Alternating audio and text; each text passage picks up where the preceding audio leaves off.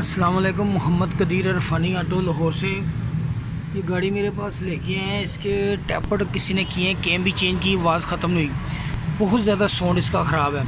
इसके टैपर बहुत ज़्यादा गलत किए हुए हैं, बहुत ज़्यादा लूज़ हैं। अभी मैं आपको चेक कराता हूँ। ये देखें, ये पूरा एक राउंड खुल गया। ये चीज़ है, ये भी पूरा राउंड खुल गया। देख रहे हैं, आगे 2 नंबर की है, 2 राउंड खुले हुए थे। ये दोनों गेज हैं इसके अंदर। हाँ जी सर जी, बताएं, अब गाड़ी का साउंड बेहतर हो गया? हाँ जी, काफ़ी पहले आ रहा था लेकिन अब बहुत बेहतर है ना।